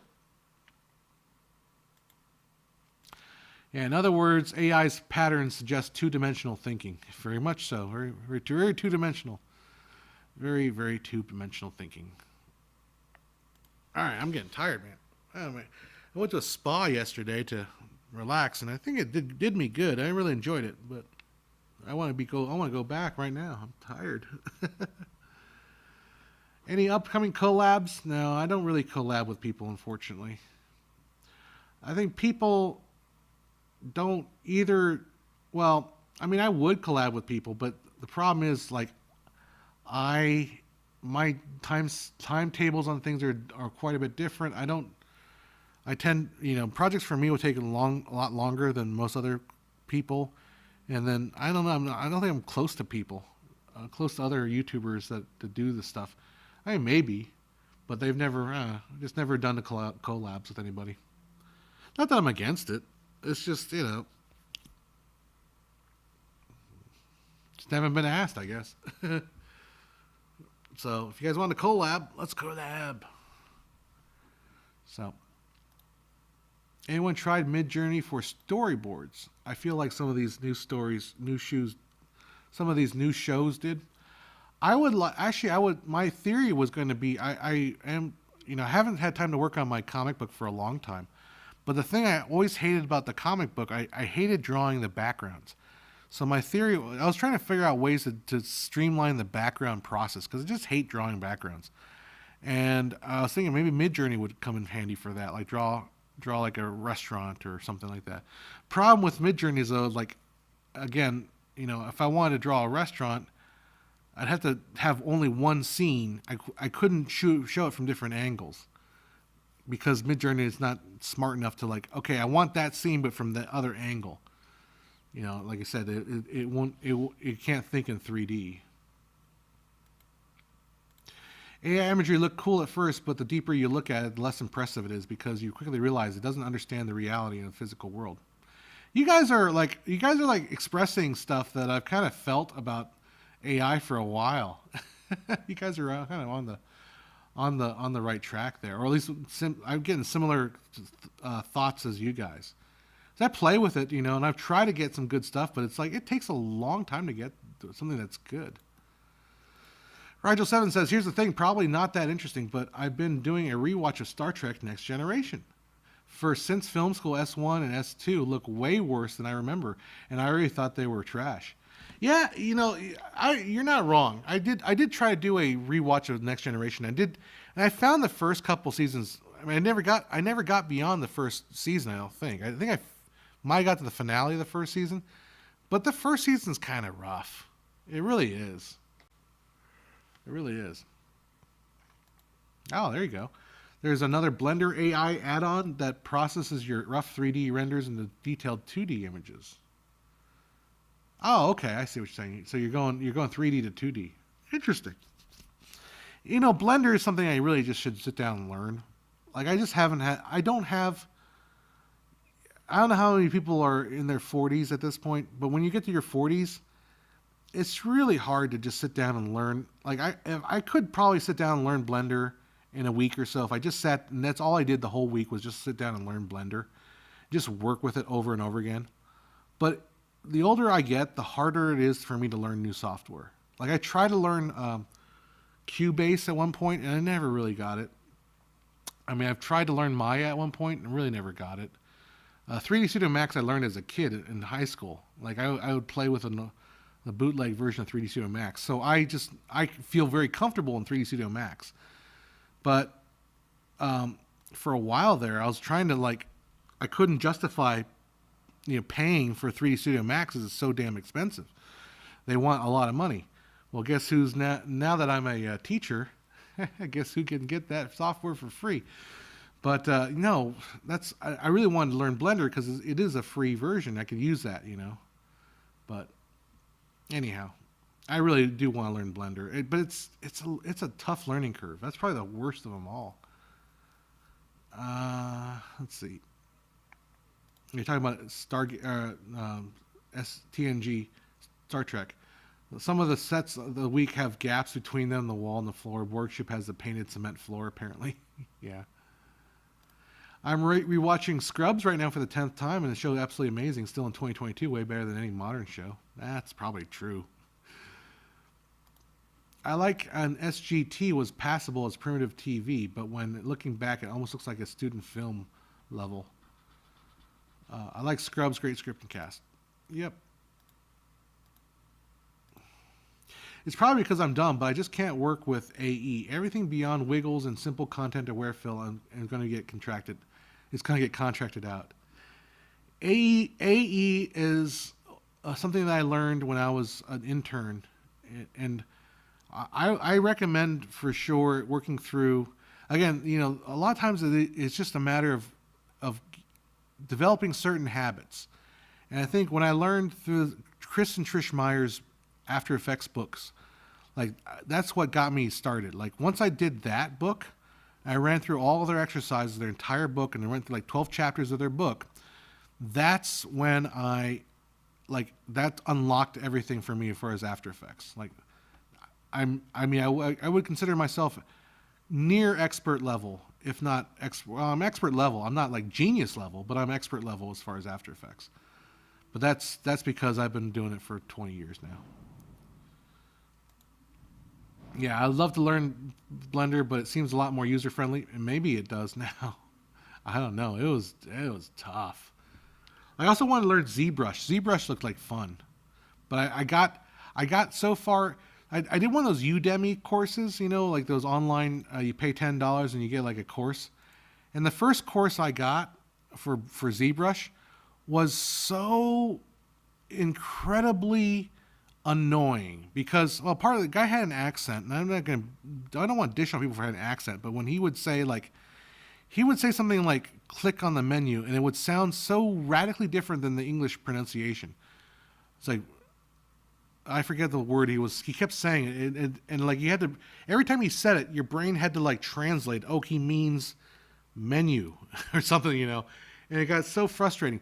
But the problem with a lot of these courses, they sit down like, okay, lesson 1, all the menus, and they go through all the menus and try to explain what all the menus do, and you're like, you want me to memorize all these menus? I don't even know what the software does yet. So I think the problem with a lot of teaching software is they sometimes stay stuck in the weeds. They also do this. This also happens whenever my friends get together, we buy a new board game, and we want to learn how to play the board game. There's one Canadian fella that always has these videos on how to play these board games, but he gets so deep into the weeds about what every little thing does that you don't understand the forest for the trees. It's all minutia stuff about this character does this and he has this power up. You're like, yeah, but what is the game? What is the whole purpose of the game? So yeah, same thing with like that ZBrush. So I struggled with that $10 course for like a good 2 weeks, and I couldn't get it. Then I broke down and bought another course. Another course had me messing around with ZBrush right away, and immediately I could feel myself learning ZBrush way faster. Way faster using that other course because you got your hands dirty essentially sculpting stuff and making stuff. And that's how you learn. To me, that's how you learn a software package. You get in there, you make stuff, and maybe a course that you buy should be a guided way of how to make something. Then you can take the stuff you learn from how to make something and apply it somewhere else. Anyhow, Blender 3.3 is the best. All right, I'll say it. Okay, I'm going to check out 3.3. Is that the newest version or is that an older version? Blender has a full sculpting workflow like ZBrush. It's less performance optimized and fully integrated with everything else Blender. Yeah. That'd be fun. Like I like ZBrush a lot, but ZBrush with a screen tablet. Yeah, I now have two screen tablets because I like screen tablets a lot. I bought the XP Pen, which is the knockoff Wacom tablet. I think it's just well, me personally, I think it's pretty darn good. It's not Wacom quality. It just isn't. But it's as far as like not for half the price, it's pretty darn good. Yeah, I think the best way to learn a new project is software is to try to create a project. Yeah, but I think you also need a guided, uh, the guided making a project. You need somebody or something or book or tutorial or something like saying, okay, we're gonna make this. Follow along, and you do what I do, and I'm gonna explain to you what's happening. That's to me like how you learn something, right? Like I think it'd be super hard to just kind of walk into it blind and not know, and then think it because you're just sitting there like going through all these menus, like where's the thing that I want to do this? That's frustrating. You recommend the course by Grant Abbott on Udemy? Let's see if I'm just gonna Google that. That might be the one. That might be one I end up going with. The second one, because the first one was just like, oh my god. And the worst part about that was there's so many great reviews on Udemy for that first course, but it was like it was just so bad. Let's see. Oh yeah, that looks pretty good actually. I'll have to check him out. I would like, but the thing is also, I just don't have time right now to learn anything. I don't know anything about Fusion in DaVinci, but I was able to make a video I needed to create a basic animation of a pie chart. So I went to YouTube and found a similar task and tried to recreate it. Yep. Yeah.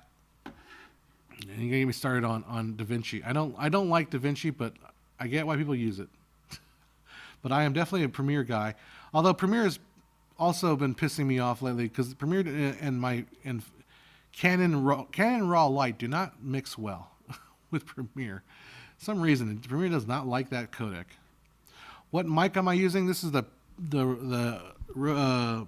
Rode Podcaster mic, and it's a pretty old model, so you probably can't get this one.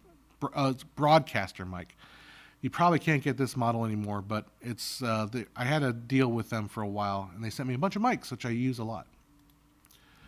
Blender is great as a generalist thing. You can do everything from default cube to finished video compositing in one program. Yeah, that's why I should learn Blender, but I don't have time. I will. I think I will. I also want to learn to play piano, but I haven't done that either. I've been thinking about doing a dummy series for Blender, little things I missed that made a program just seem broken or something. Yeah, I would. It's one thing, I was actually trying to learn how to teach myself, because I can teach core concepts, but I don't teach software very well. I haven't done a lot. Like you notice on Filmmaker IQ, I don't have a software teaching. I don't teach Premiere, but I'm doing that in my college class. I'm teaching Premiere and trying to get them, interest into Premiere and doing all this stuff. And I eventually, like I say, like, okay, I'm going to teach you stuff on Premiere. But if you really want to watch more, go on YouTube and watch Valentina V. Valentina V has really got like a full course that's like full on Premiere, and it's sponsored by Adobe, so it's like decent. Anyhow, he said you can't delete a frame just by hitting delete. You have to have the mouse inside the keyframe box. Oh my goodness. Well, that's the kind of thing you got to remember. Just remember, Blender is not a cult. Okay. Getting back to the trumpet soon. I've been playing trumpet for like the last, I think I figured out 19 weekends I've been playing trumpet. Like literally 19 weekends I've been in musicals for that long. I don't know how you still tolerate Premiere. I switched years to FSP and now I resolved altogether. It's much faster and stable than Premiere. Premiere has gotten more stable. Like the Premiere, the problem I have with Premiere right now is basically it doesn't like Canon Raw Light. But there are things in Premiere that are so beautiful. Like right now, they just recently updated not recently, I don't know how long it's been there, the transcribe tool. Like the transcribes tool is amazing. Like I just did a documentary. Well, I did a video for the city where I interviewed like 7 people. So I record like 30 minutes of interviews with each person. I would ask them questions, and I would interview them. And then I just drop the footage into Premiere. I put it on a timeline, and I say transcribe, and it transcribes it all. And each word is time stamped. So that made editing the documentary so much quicker. Because what I would do in the old days, I would just sit there. I would listen to the select files, and I would just play it, and it would try to find the word. Try to find the term. I would listen to it, and then I'd probably play it on double speed and listen for sound bites, and then pull the sound bites out. Well, the ability to read and listen to the sound bites, I can go almost 3 times speed because I can go through it really fast by reading it and listening for it, right? Because your brain just works way better when you can read and listen to it, and then I can pull my selects right out of there. Like, that's a feature that I don't think Resolve has that, or even Final Cut does. It is kind of a pain, but being able to also reorient your workspace in whatever orientation you want. You want your program screen over here. You can move stuff around. You can, like, your workspace is not tied to how the programmers want you to. You can put your screens wherever you want. And DaVinci Resolve doesn't let you do that. You can't rearrange your desktop the same way you can with Premiere. That's another thing with Premiere that I think is absolutely amazing with Premiere. And then the last thing was the audio remix tool. I thought was really impressive. So in Premiere, you can basically click, if you have an audio file, you can click and drag to any length you want, and it will automatically calculate and figure out remix the song so that it fits the length of the track that you want. So I did this with this city video. I needed a 20-minute background music over these street interviews. And it didn't need to really, you weren't listening to the music, so the music didn't matter. But I just clicked and dragged this 2-minute song to 20 minutes, and I stretched it out for a 20-minute, background, just looping music, and something that's just in the background to fill up space. Another cool tool that Premiere has. So I think Premiere actually has quite a bit going for it. I mean, yeah, the stability is an issue. I hear that, and that is something that I think is, through the use of proxies and stuff like that, we've been able to kind of iron out some of the more irritating things. The whole Canon raw light thing, I don't know what's going on. I even had them try to fix it, and they just it's weird because my main computer here handles it okay, but my laptop and my other computer at home, they can't handle the raw light. So, I just probably shouldn't be shooting on Premiere on Canon raw light. And if I do, just bring it here, make proxies, and only work with proxies outside. Am I into motorcycles? No. I'm into e-bikes, though. Yeah, surprisingly, Premiere didn't crash on my last project. It's funny, too. So the computers at my school where I teach, they're about 6 years old. And surprisingly, they handle, because the school also has Blackmagic Pocket Camera 6K. And I was like, well, let's shoot some Pocketmagic 6K footage. And first of all, they had to install the Blackmagic RAW format onto the computer. And my boss is like, you tried shooting 6K footage? How'd it go? I'm like, you know what? Surprisingly, it actually played it just fine. Like Premiere handled, in class, I've had to crash a couple times on me. But most of the students, when they're working on stuff, it doesn't crash. So it depends really on what you throw into it, I think. I don't know. Maybe there's some mystery components, because I know my Canon raw light just does have some weird issues, and maybe it's I don't know. It's a mystery. That's because you hear at 144 FPS. That is absolutely true. Said, hold up, you can auto transcribe in Premiere. I finally show off my stuff to my deaf friend. Yeah, you can. And you know what? I remember back, because Premiere has always been stepping their toes in the auto transcribe. They did it now. It's done. The transcribe, if you have clean audio, 99% accuracy. Scary good accuracy. From what my experience, and I've been using Premiere for 20 years, scary good accuracy. I mean, well, probably slightly better than what you see on YouTube. The YouTube auto transcribe. No, take that back. If you have good clean audio. I had good clean interview audio, and it was one or two words, maybe out of 10 minutes were off, but you understood what they meant. So it was amazing, amazing quality. So I wouldn't be surprised if Blender ends up. Yeah, probably. I really don't understand the current fascination with Resolve. It's because Resolve is free. That's why. That's the only reason. And then again, it's the thing that's also a problem is I'm gonna just kill this one hide user on this channel, that one spammer. The other problem with Resolve, I mean, I do have a license for Resolve, but it's not free if you want 4K. That's another problem I have with it. I moved off Adobe when they started doing subscription only. When I tell us a lot about this is when they did that, I did the calculation, and I realized that I was basically paying subscription to upgrade every single year. Like and the thing that really annoyed me when Adobe would do this back in the day was every time a new version of Premiere or new version of Adobe came out, I would be stuck on this hem and haw, like, do I want to upgrade now? Do I want to spend $700 to upgrade now, or do I want to wait? Do I want to upgrade now? And I would hold off for a little bit, and then I would upgrade. Almost by and large, I would upgrade almost every single time.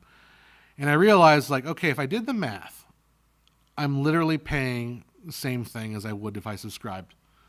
And so that's really why I have no problem with the subscription model for Premiere, because again, it is my profession. If I didn't make my living solely based on using their products, then I would agree. I would probably want to look for something either perpetual or free, but this is how I derive my income, through the use of those products.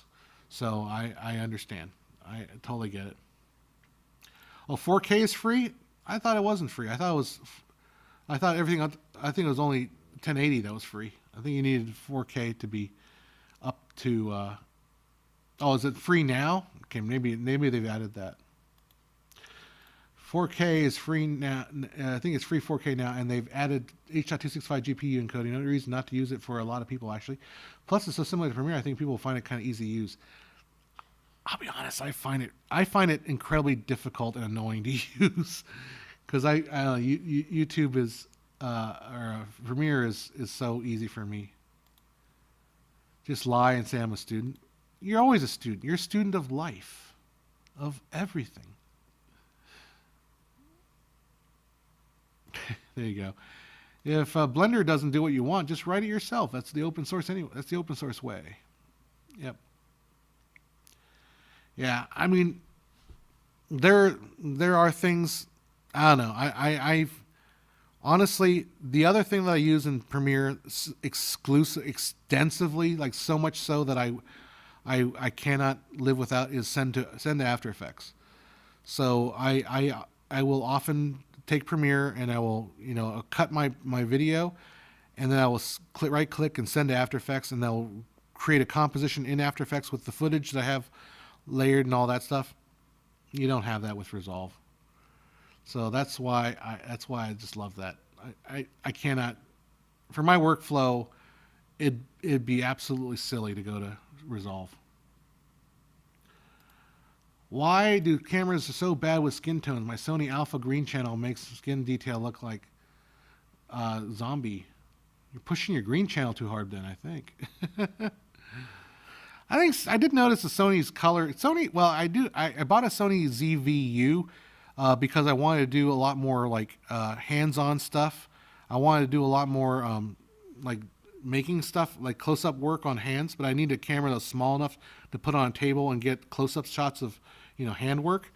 But I noticed the Sony ZV-U, the colors obviously I think go a lot more. I've always considered Sony to be a lot more clinical in their color space. It's like very, it's true, but it's kind of, lack of a better word, clinical. Whereas Canon colors, to me, again, talking about out-of-the-box colors, Canon tends to be more colorful. And Canon skin tones tend to be more vibrant and just they're more alive. and I get people like, oh no, color science is bullshit. It's not a real thing. Yeah, I get that, but like Canon gets me halfway there already, and I just tweak it. Whereas Sony, I have to tweak it a little harder. That's the difference. So, but anyhow, just noticing. I mean, I haven't played with the Sony that much. I haven't had much time to do anything with the Sony, but that's just my experience so far with the Sony colors. I like Sony. I'm an old school Sony guy. I just moved to Canon over the years. That's all. But I'm definitely old school Sony. I have nothing against Sony.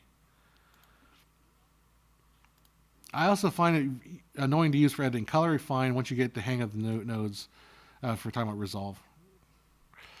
All right, try Leeming Lutz, and buy X right balance board.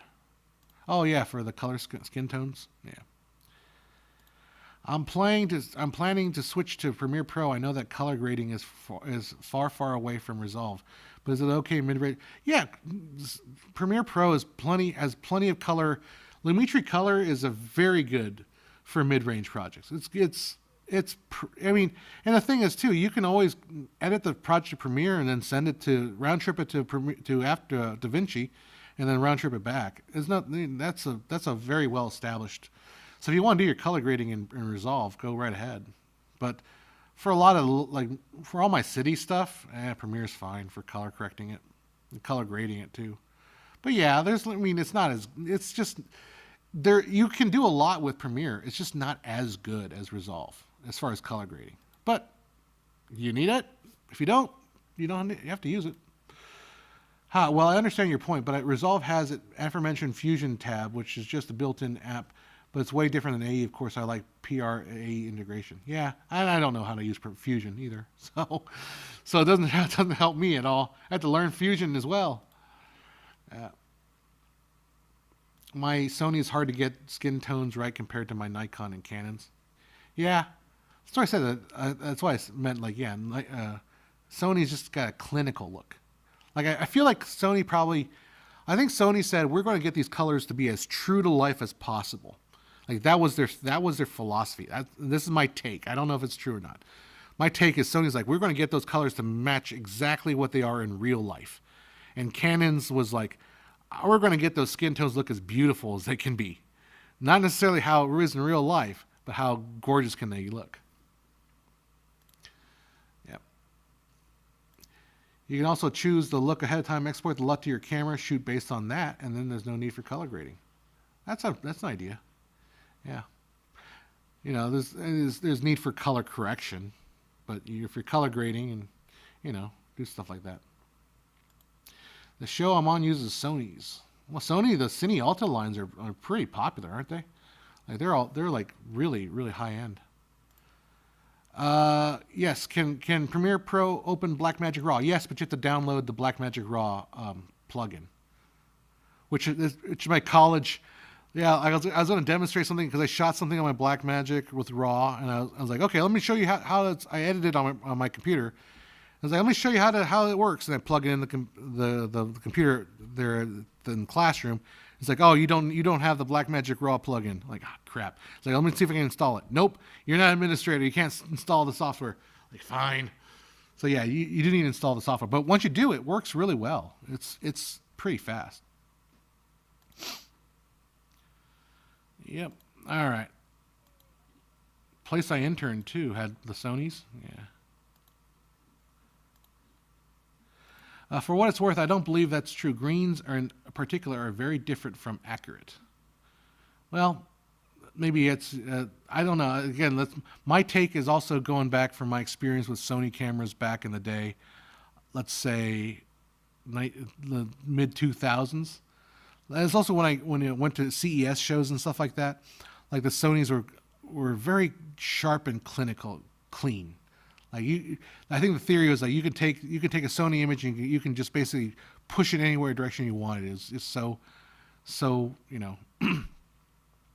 right on the money. But Canon's always were like, we want to make pretty images. And eventually I think when I did a shootout test to figure out what cinema camera I wanted to buy. And I rented a Sony. It was a Sony F, or is it F3? Sony F3, Canon C200, and then a Blackmagic Ursa Pro back in the day. And that was like 4 years ago.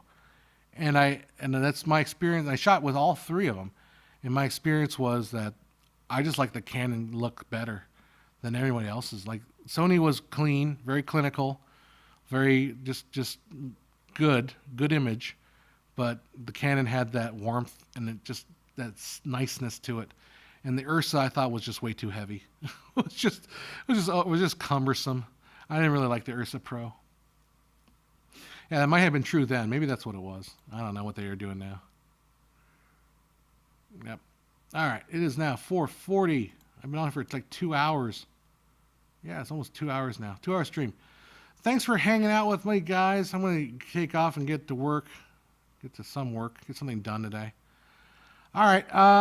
Yeah, be on the lookout. Hopefully have a new video out. Maybe not this week, but probably next week. But also the ones had more of a green tint. Well, when I'm talking about Sony's, I'm talking like PD150, FX3s. We're talking old school here. I'm talking about really old school stuff.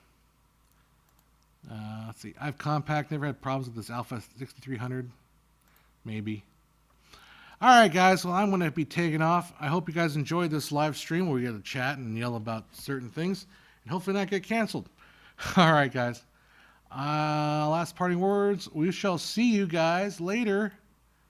Take care. Fade to black.